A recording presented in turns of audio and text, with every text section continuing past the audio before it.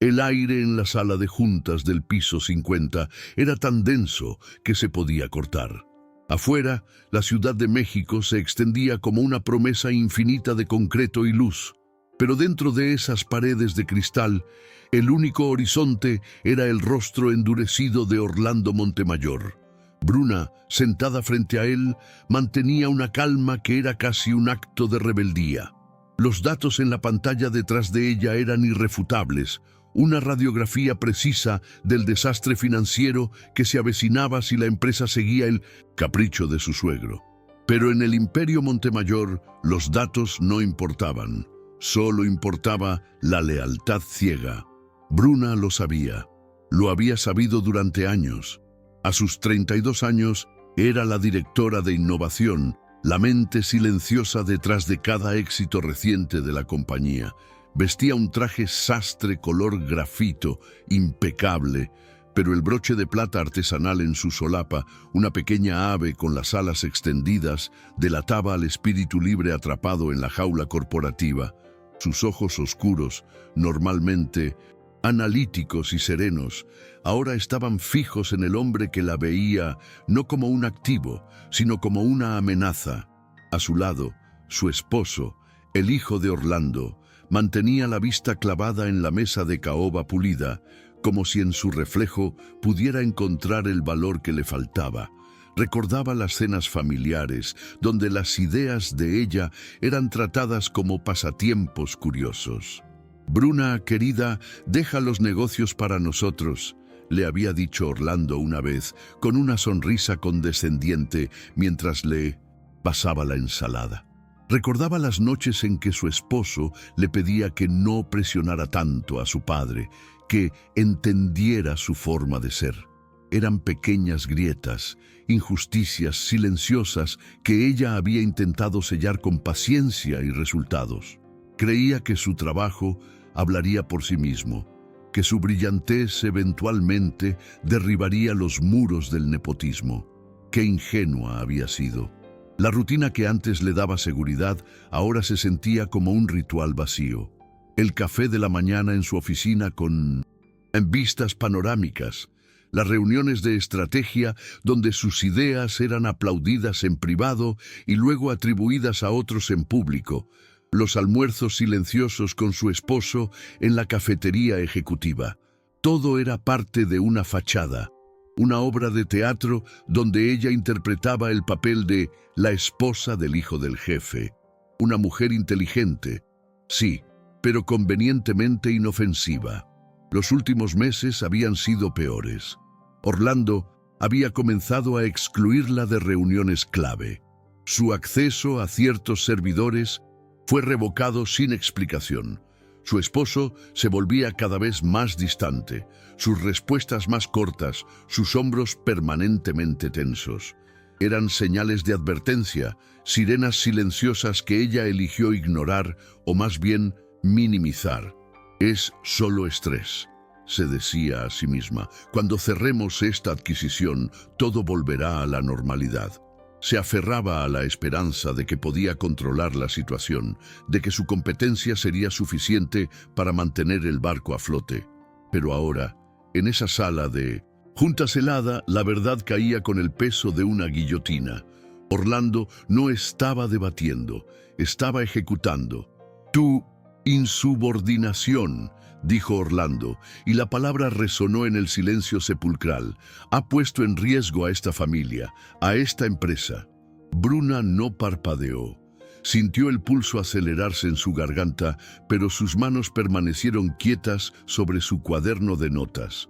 Vio el ligero temblor en la mano de su esposo, la única señal de su conflicto interno. La red de apoyo que creía tener se había desvanecido, dejando solo hilos rotos. Sus sueños de transformar la compañía desde adentro, de construir un legado basado en el mérito y no en el apellido, se hacían cenizas frente a ella. La estabilidad que había construido con tanto esfuerzo era una ilusión. Su seguridad financiera, su posición, su matrimonio, todo pendía de la voluntad de un tirano. Y él estaba a punto de cortar el hilo. La esperanza, que había sido su combustible, se agotaba rápidamente, dejando un frío glacial en su pecho. El contraste entre la vida que imaginaba y la que estaba a punto de enfrentar era brutal, un abismo que se abría bajo sus pies. Y en el fondo de ese abismo solo había una caída libre. Tienes 5 minutos para recoger tus cosas. Estás despedida. La voz de Orlando Montemayor era un bisturí, fría y precisa, diseñada para cortar hasta el hueso. El chasquido seco de la caja de cartón, vacía al aterrizar sobre la mesa de caoba pulida, fue el único sonido en la habitación. Era un símbolo crudo, un ataúd para una carrera que ella había construido con noches de insomnio y una brillantez que todos en esa sala conocían, pero que nadie se atrevía a defender. El aire abandonó los pulmones de Bruna. Por un instante, el mundo se inclinó sobre su eje. Las luces de la ciudad afuera se volvieron un borrón desenfocado. Sintió el peso en el pecho, la conocida garra de la ansiedad que había aprendido a domar, pero que ahora amenazaba con ahogarla. Sus manos, ocultas bajo la mesa, temblaron violentamente. Vio el rostro de su esposo, una máscara de conflicto y cobardía, con la mirada fija en su propio reflejo en la mesa, incapaz de encontrar la suya. La red de apoyo se había roto. La caída libre era real. Pero entonces algo cambió. La caída se detuvo. En el fondo del abismo no había oscuridad, sino un suelo firme que ella misma había construido en secreto. El pánico se transformó en una calma glacial, una claridad afilada.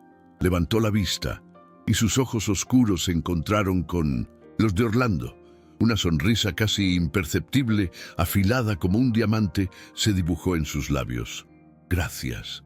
La palabra, apenas un susurro, golpeó la sala con la fuerza de una explosión. Orlando frunció el ceño, desconcertado. Esperaba lágrimas, súplicas, un desplome. No esperaba gratitud. El silencio se volvió denso, incómodo. Bruna se puso de pie con una gracia que desmentía la tormenta en su interior. Su columna estaba recta, su barbilla alta. La calma no era un acto de rebeldía, era el sonido de una jaula abriéndose. Caminó hacia su oficina de paredes de cristal, el eco de sus tacones sobre el mármol marcando un ritmo fúnebre para el imperio Montemayor. Cada paso era deliberado.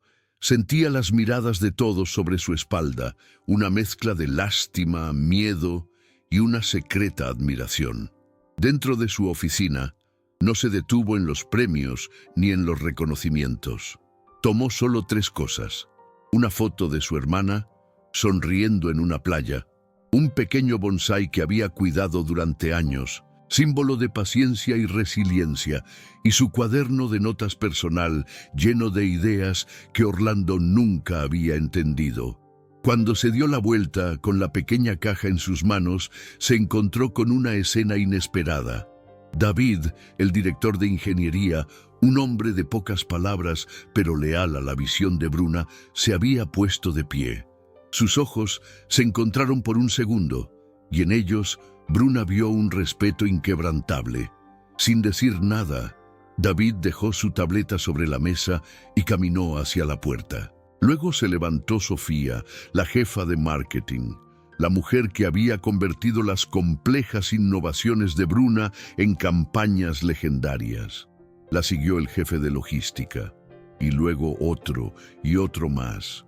Como un efecto dominó de dignidad silenciosa, 22 de las mentes más brillantes de la empresa, los pilares sobre los que se sostenía el verdadero poder de soluciones globales Montemayor, se pusieron de pie. Formaron una procesión silenciosa detrás de ella, listos para seguirla hacia lo desconocido. La incredulidad en el rostro de Orlando se convirtió en una furia púrpura. «Si se van por esa puerta, no vuelvan más», gritó, su voz rompiéndose por la impotencia. Pero sus palabras rebotaron en el silencio de su lealtad rota. Nadie se giró. Lo que Orlando no sabía, lo que nadie en esa sala sabía, era que aquello no era un motín espontáneo, era la activación de un plan maestro llamado Proyecto Ruiseñor. Durante el último año, previendo la tiranía de su suegro, Bruna había construido una fortaleza invisible. El software revolucionario que era el futuro de la compañía no había sido desarrollado bajo la patente de soluciones globales. Con una compleja estructura legal, Bruna se había asegurado de que la propiedad intelectual perteneciera a una nueva entidad, una empresa cofundada por ella y los 22 genios que ahora la seguían. No eran sus colegas, eran sus socios. La humillación pública no fue su final, fue la cláusula de liberación que necesitaban. No solo se fueron, se llevaron el alma, el cerebro y el futuro de la compañía con ellos. Las puertas del elevador se cerraron, sellando el final de una era. Dentro, el silencio era diferente. No era tenso, sino expectante, cargado de una energía eléctrica. Bruna miró los rostros de su equipo, de su nueva familia, y asintió levemente. Una sonrisa genuina, por primera vez en mucho tiempo, iluminó su rostro. Mientras tanto, en el piso 50, el pánico comenzaba a instalarse. El director jurídico, pálido como un fantasma, se acercó a Orlando. Su susurro fue apenas audible, pero cada palabra fue un martillazo en el ataúd del imperio. Orlando, esa gente, ellos son el Proyecto Ruiseñor. La patente no es nuestra. Acabas de entregarles nuestro único futuro en bandeja de plata. Llama a los abogados. Ahora. Bruna y su equipo no bajaron a la calle. No descendieron a la derrota. Subieron. El elevador los llevó a una oficina prealquilada en el edificio de enfrente. Un espacio moderno y lleno de luz, con una vista perfecta del caos que sabían estaba a punto de desatarse en el rascacielos de los Montemayor. Bruna dejó su caja sobre un escritorio vacío.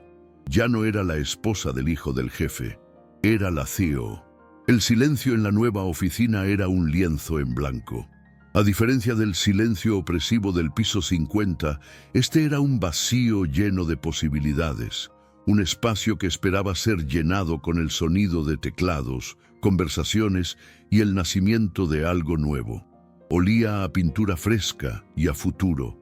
A través de los ventanales del piso al techo, la torre de soluciones globales, Montemayor, se erigía como un monumento a un pasado que acababa de morir.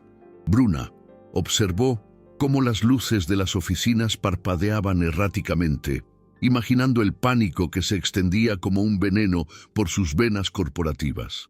La adrenalina que los había impulsado a través de las puertas del elevador comenzaba a desvanecerse, reemplazada por la cruda y abrumadora realidad de lo que acababan de hacer.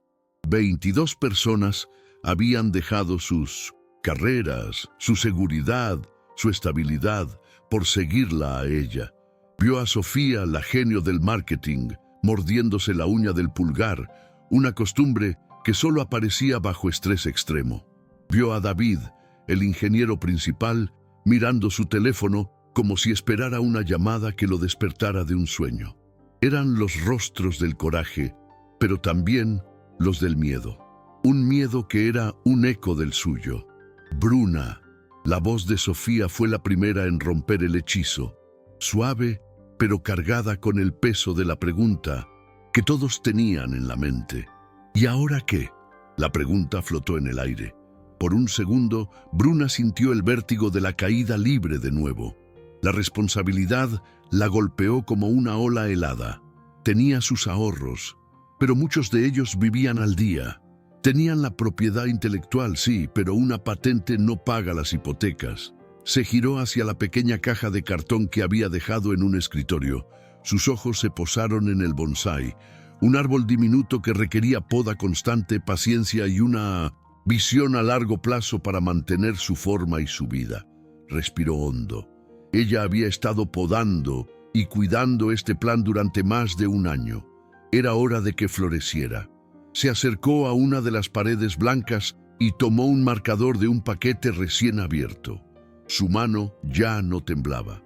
Ahora, dijo, su voz resonando con una calma que se contagió por la sala, hacemos lo que ellos nunca nos dejaron hacer. Construimos. Escribió 2 palabras en la pared, con una caligrafía elegante y firme. Innovaciones Ruiseñor. Se giró para encarar a su equipo, a su familia. No les voy a mentir. Los próximos meses serán brutales. Trabajaremos más duro que nunca por una fracción de lo que ganábamos. Habrá días en que dudaremos de esta decisión. Hizo una pausa, mirando a cada uno de ellos a los ojos. Pero cada línea de código que escribamos, cada cliente que llamemos, cada pequeña victoria, será nuestra. No más ideas robadas, no más techos de cristal, no más lealtad a un apellido, solo lealtad al talento, a nosotros. Un cambio sutil recorrió la habitación. El miedo no desapareció, pero se transformó, se convirtió en combustible. David se levantó, tomó otro marcador y se paró junto a Bruna.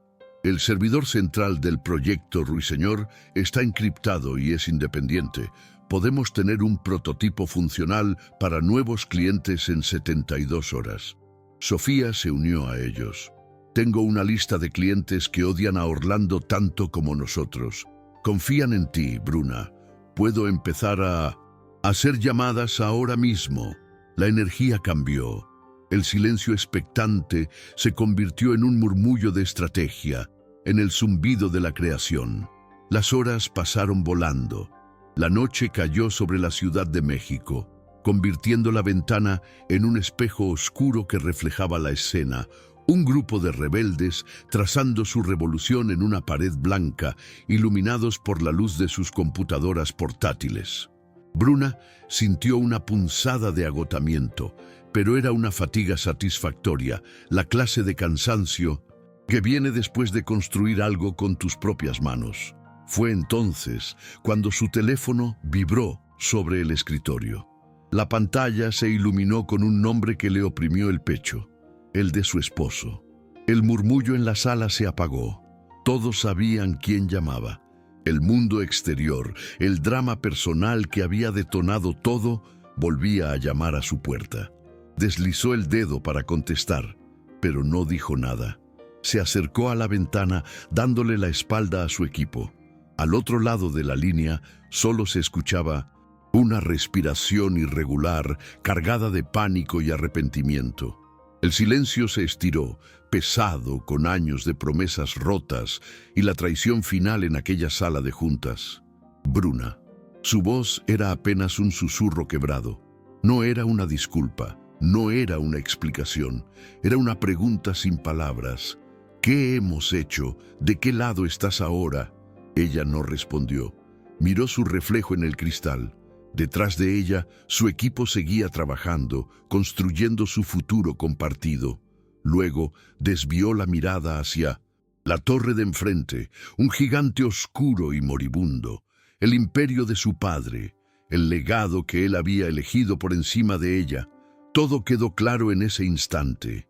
No había 2 lados, solo había un camino hacia adelante, y él no estaba en él.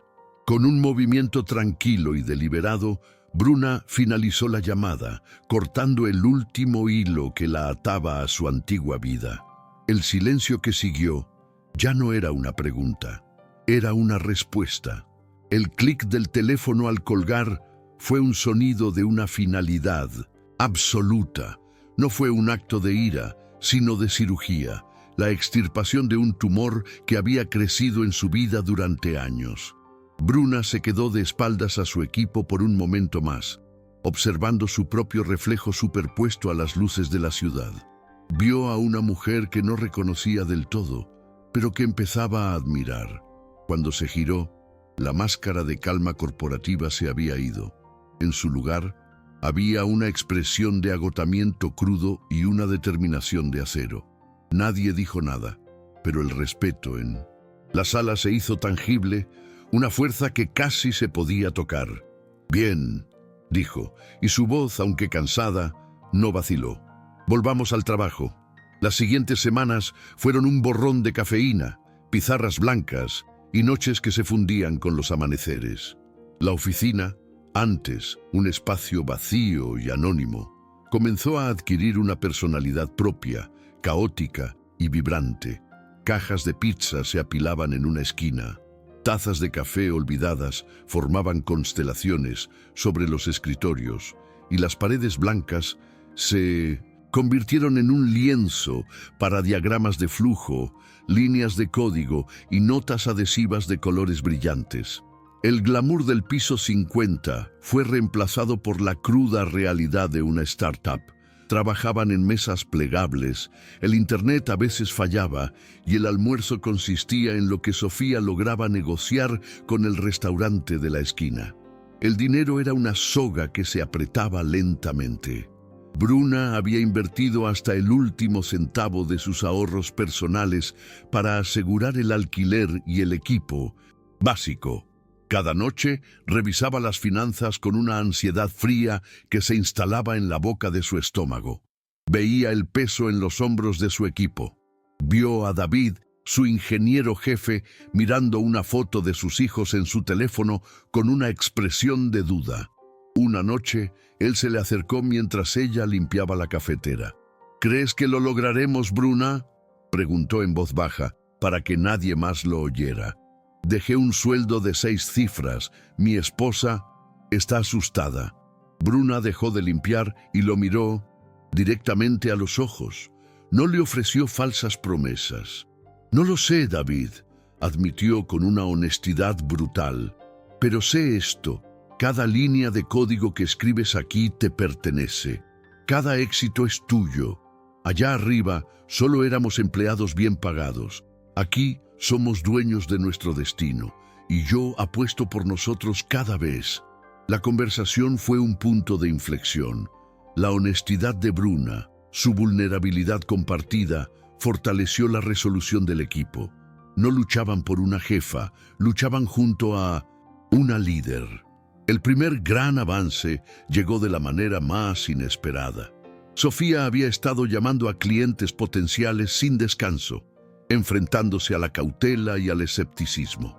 Muchos estaban intrigados, pero temían las represalias de Orlando Montemayor, hasta que una llamada dio resultado. Ricardo Vargas, CEO de una empresa tecnológica rival a la que Orlando siempre había despreciado públicamente, accedió a una reunión. La sala de juntas era una pequeña oficina de cristal que habían alquilado. Por horas, no había caoba pulida ni vistas panorámicas, solo una mesa, 4 sillas y una botella de agua. Bruna no llevaba un traje de diseñador, sino un sencillo vestido negro y su broche de ruiseñor. No presentó un PowerPoint. Se sentó frente a Vargas, un hombre astuto y de mirada penetrante, y le contó una historia. La historia del proyecto Ruiseñor, no como un producto, sino como una filosofía de innovación libre de egos y burocracia. «No les ofrecemos un software, Ricardo», concluyó Bruna, su voz serena pero cargada de convicción. «Les ofrecemos una alianza con las 22 mentes que generaban el 80% de las ganancias de Soluciones Globales Montemayor. Mentes que ahora son libres».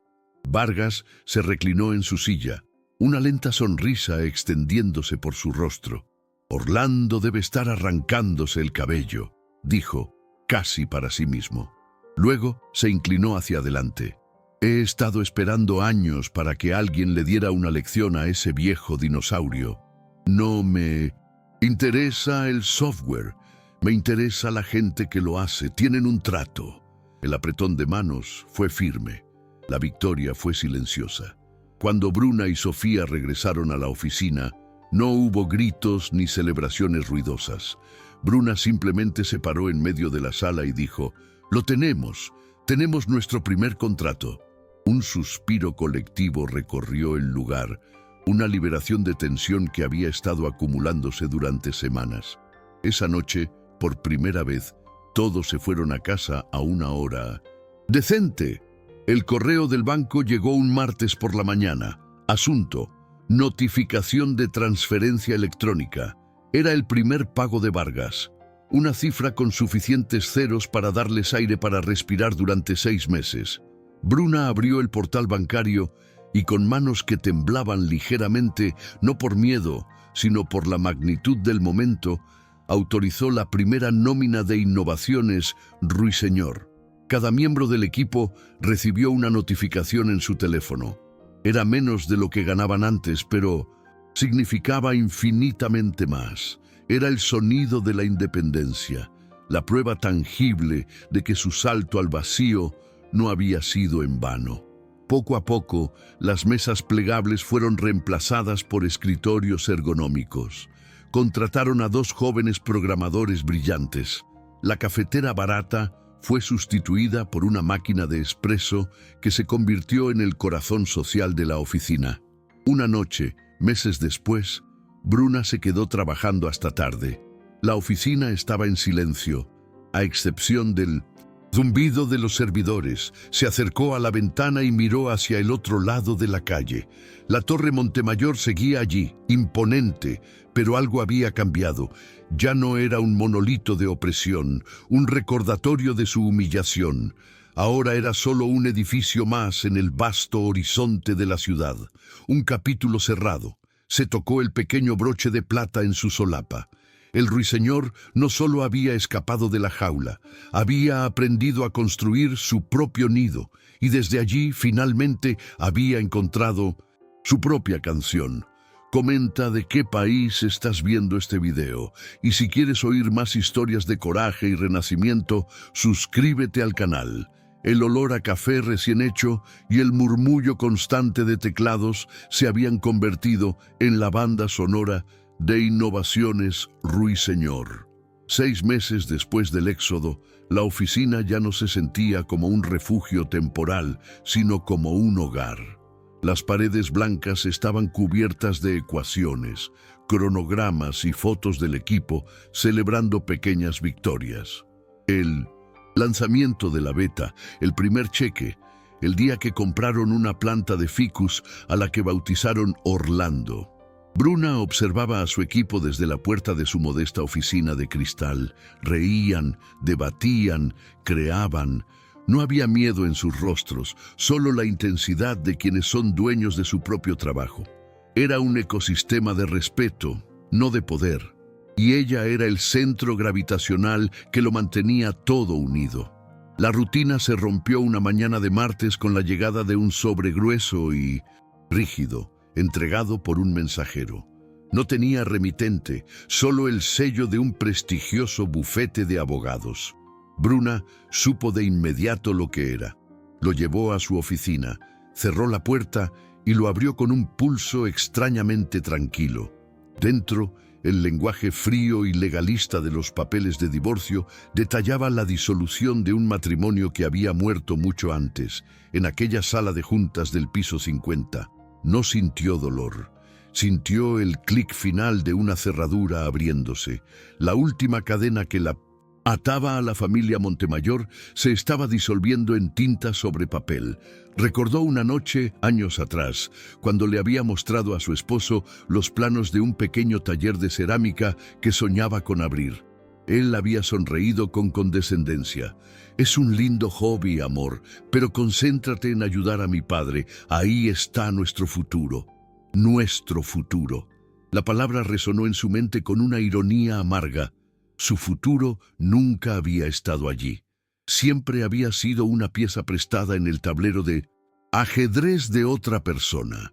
Ahora ella era la dueña del tablero, de las piezas y del juego. Su abogada, una mujer mayor de mirada afilada llamada Elena, revisó los papeles con una ceja arqueada.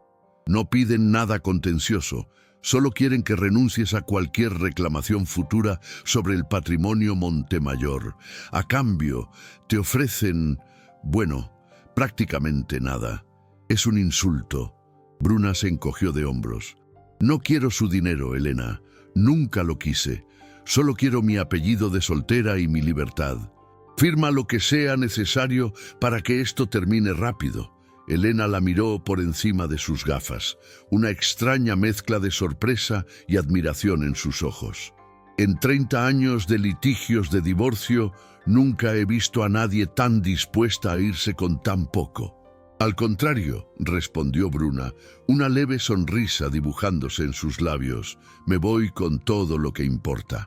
De vuelta en la oficina, la calma se vio destrozada por una pequeña crisis. Un error de código había provocado una falla en cascada en 1900. El sistema que debían presentar a un cliente potencial en menos de una hora. El pánico empezó a extenderse por el área de desarrolladores. David, su ingeniero jefe, estaba pálido. No lo entiendo. Lo probamos todo el fin de semana. En el viejo mundo de soluciones globales, una situación así habría desatado una cacería de brujas. Gritos, culpas, amenazas. Orlando habría exigido un culpable para sacrificarlo. Bruna, en cambio, caminó hacia el centro del caos. No levantó la voz.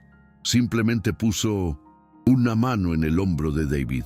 «Respira», dijo en voz baja. Luego se dirigió al equipo. «Ok, el plan A falló.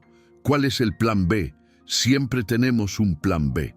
Su serenidad fue como un bálsamo. El pánico se disipó, reemplazado por una concentración febril. En lugar de buscar culpables, buscaron soluciones. Sofía llamó al cliente para renegociar la hora de la presentación, ganándoles un tiempo precioso. David y su equipo aislaron el problema. Bruna coordinó el esfuerzo, pidiendo café para todos, actuando no como una jefa, sino como el capitán de un barco en una tormenta. 45 minutos después, el sistema estaba de nuevo en línea, más estable que antes. Nadie fue castigado. Todos aprendieron. La pequeña victoria no fue arreglar el código, fue la forma en que lo hicieron. Más tarde esa semana, Sofía se acercó al escritorio de Bruna con su tableta en la mano. No dijo nada, solo le mostró la pantalla. Era un titular del principal periódico financiero del país. Soluciones. Globales Montemayor anuncia una reestructuración estratégica. Se esperan despidos masivos tras el desplome de sus acciones. El artículo citaba a Orlando, quien culpaba a condiciones de mercado volátiles y a la pérdida de personal clave desleal. Bruna leyó las palabras sin sentir el placer de la venganza. Sintió una profunda melancolía por los empleados que quedaban atrapados en el naufragio, pero también una oleada de validación. La caída libre que había sentido en la sala de juntas no había sido solo suya, había sido la de toda la empresa. Ella simplemente había sido la primera en darse cuenta de que la única forma de sobrevivir no era aferrarse a los restos, sino aprender a volar. Ese viernes por la tarde, mientras el sol se filtraba por los ventanales, Bruna observó a su equipo. Estaban relajados, bromeando mientras terminaban la semana. Habían superado la crisis, habían asegurado al nuevo cliente, estaban construyendo algo sólido, real. Por primera vez en años, Bruna sintió que no tenía que estar allí hasta que el último se fuera. Se levantó, tomó su bolso y su chaqueta. «Me voy temprano hoy», anunció. Las cabezas se levantaron, sorprendidas. Ella sonrió. «Disfruten su fin de semana. Se lo han ganado». No se fue a casa. Condujo sin un rumbo fijo hasta que se encontró frente a un lugar que solo había visto en revistas. Un concesionario de motocicletas de alta gama. Entró. El olor a cuero y metal pulido llenando sus sentidos. Caminó entre las máquinas, imponentes y hermosas. Se detuvo frente a un modelo de diseño italiano, elegante y potente, de un color grafito oscuro, casi como el de aquel traje que había usado el último día. Pasó una mano por el tanque frío y liso. El vendedor se acercó, pero ella levantó una mano para detenerlo. No necesitaba que le vendieran nada, ya había tomado su decisión. En el cromo pulido del manillar vio su propio reflejo, y por primera vez en mucho, mucho tiempo, la mujer que le devolvía la mirada sonreía, con una libertad absoluta, genuina e innegociable. 2 años después, el asfalto de la Ciudad de México era un río oscuro bajo las ruedas de su motocicleta. El motor, un ronroneo grave y potente, vibraba a través de ella, una extensión de su propio pulso. Bruna se inclinaba en las curvas del periférico, una silueta anónima, vestida con una chaqueta de cuero y la determinación forjada en el fuego. El viento le arrebataba cualquier pensamiento superfluo, dejando solo el presente, la velocidad, las luces de la ciudad, convirtiéndose en estelas de neón y una sensación de libertad tan vasta como el cielo nocturno. El broche del ruiseñor, ahora prendido en la solapa de su chaqueta, captaba los reflejos de los faros, una pequeña estrella de plata guiándola a casa. Su hogar ya no era una jaula de oro con vistas a un futuro que no le pertenecía. Era un loft en la colonia Roma, un espacio de ladrillo visto y techos altos que había llenado con arte, libros y el silencio pacífico de la soledad elegida. El bonsái, que había sobrevivido al trauma del despido, ahora prosperaba en un rincón soleado junto a la ventana, sus ramas creciendo en una armonía que Bruna sentía en su propia vida. La estabilidad ya no era una ilusión dependiente de la aprobación de otros, era el suelo firme que sentía bajo sus pies cada mañana. Innovaciones. Ruiseñor ocupaba ahora 2 pisos completos de un moderno edificio en el corazón del corredor tecnológico. El caos creativo de los primeros meses había evolucionado hacia una sinergia eficiente y vibrante. Las mesas plegables habían sido reemplazadas por estaciones de trabajo ergonómicas y el olor a pizza recalentada había dado paso al aroma de un café de grano de especialidad. Pero el espíritu seguía intacto. Era un lugar donde las ideas se celebraban, los fracasos se analizaban sin culpas y el talento era la única moneda de cambio. David y Sofía, ahora socios de pleno derecho, dirigían sus equipos con la misma lealtad y pasión que habían demostrado aquel día en el piso 50. Habían transformado una rebelión en una revolución. El reconocimiento no tardó en llegar. Primero fueron artículos en revistas de tecnología, luego un premio a la innovación y finalmente la clase de ofertas de adquisición que habrían hecho salivar a Orlando Montemayor. Bruna las rechazó todas. «No construimos esto para venderlo», le dijo a su equipo en una reunión general. «Lo construimos para ser libres». Y en esa sala, rodeada de las 22 personas que habían saltado al vacío con ella y de las 50 más que se habían unido en el camino, Bruna entendió el verdadero significado del poder. No era controlar un imperio, era construir una comunidad. Una tarde de jueves, mientras salía de una reunión, su teléfono vibró con una alerta de noticias. El colapso final, soluciones globales, Montemayor se declara en bancarrota. El artículo detallaba una cadena de malas decisiones, la fuga de talento y la incapacidad de adaptarse a un mercado que ya no perdonaba la arrogancia. Bruna leyó el titular y sintió nada, ni alegría ni venganza, solo el eco lejano de una batalla que ya había ganado hacía mucho tiempo. Cerró la notificación y siguió caminando. El pasado, finalmente, era solo eso, el pasado. La verdadera prueba llegó una semana después. Estaba en una pequeña librería de viejo, buscando una primera edición de uno de sus poetas favoritos. Al girar por un pasillo estrecho, casi choca con un hombre.